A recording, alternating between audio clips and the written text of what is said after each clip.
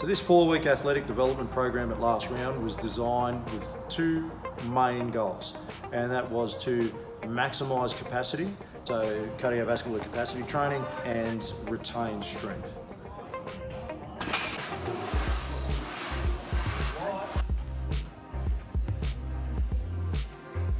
Monday morning we had heavy squats up to 85% of our 1 rep max, set of 3, set of 2, and then a single at 85%. We paired those with explosive box jumps for 5, and then half kneeling band resisted sprinter step ups. The idea, with a little bit of contrast training, a heavy exercise paired with an explosive exercise, allows us to maximise our power output whilst retaining our strength. Conditioning for Monday, we were working strictly on our sprint or repeat sprint ability with 10-second efforts, 40-second rest periods, which we built up over the course of 4 weeks from 20 repeats to 32. Tuesday morning we hit some heavy bench press. So we started with a set of triples at 75%, doubles at 80%, and a single at 85%. We paired those with an explosive chest movement by way of a plyometric push-up for a set of 5. For those that couldn't manage plyometric push-ups, we used band-assisted plyometric push-ups, and then we supersetted that with some rotational med ball throws. Coupled that with some active rest drills to keep the shoulders healthy, and once again moved into our 10-second, 40-second off sprint periods. In regards to our selection for our 10-second sprint intervals, we were looking at something that we could get a fast turnover rate, and that way we could maintain a high quality of effort, making sure that we were hitting our numbers every session.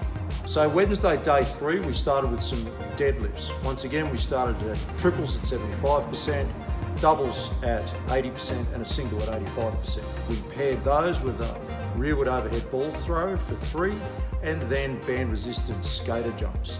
Once again, making use of that contrast training and maintaining some explosive power development. So what we got here, guys, the purpose of this little activity is a conditioning piece. This block is based on capacity, so we've worked at different sprint intervals over the course of the week, and this is our 30 on, 30 off. So I guess traditionally you'd kind of call it lactate if you were going to work with that model, but basically it'll end up aerobic by the end of it. Time! Change it over! Some of the exercises that we select are designed to get muscular fatigue prior to cardiovascular fatigue coming in. So things like, 30 seconds worth of push-ups, stacked with dumbbell curl and press, stacked with ropes, or alternatively on the lower body. We've got 10 seconds, getting ready to go. Lower body, we string together things like goblet squats, stairs, and sleds. Go! Let's go! So what that does is not only does it meet our energy system requirements, but it also deals with getting the muscles close to fatigue, which is going to help preserve tissue over the course of this capacity block. Hope that makes sense. Here we go, last outing for the day, make it count. Maximum output, go! Let's have at it, come on. Maximum effort this time, whatever you got last time, try and beat it. 4 reps, 20 seconds. Don't stop now, you're nearly there. 10 seconds to go. 5 seconds. Push. Time. Excellent work. 20 rounds, well done. So Friday is our aerobic base day. So essentially everything we do on this day is at a moderate to low intensity. We're looking at probably a heart rate of less than 140, but it's consistent movement for the entire hour. Partially a recovery day and partially a mobilisation day. What we're looking to do is create movements which are causing us to move through ranges of motion that we don't tackle in our normal program.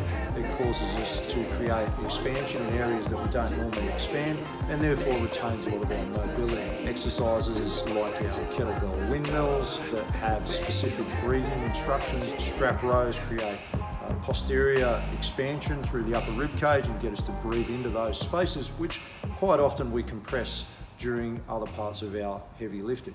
Day 6 was our mixed modality day. And the concept behind this is that we pick a couple of activities, heavy compound movements. So that could be anything from a stone lift to a log lift to something like a squat or a deadlift, and then pair that with an opposing exercise. For instance, jog around the track, or a 60-second row at a low pace, and then we would repeat that for a long duration. So people might do this for 40 minutes in a fashion where the reps are kept very low and quite heavy on the compound movements, and then the aerobic capacity work is kept very slow over the course of that duration. Essentially moving consistently for 40 minutes, interspersed heavy with slow aerobic movements in between. So to sum up what this training block looked like over that 4-week period, we trained strength retention, lifting up to 85% of our 1RM, so we really didn't lose too much overall strength. We increased capacity, going from 20 working sets week 1 up to 32 working sets by week 4 across a variety of different work to rest intervals. So everything from short sprint duration through to aerobic capacity. Hopefully maintain some lean tissue, some mobility, and improve some overall athletic development.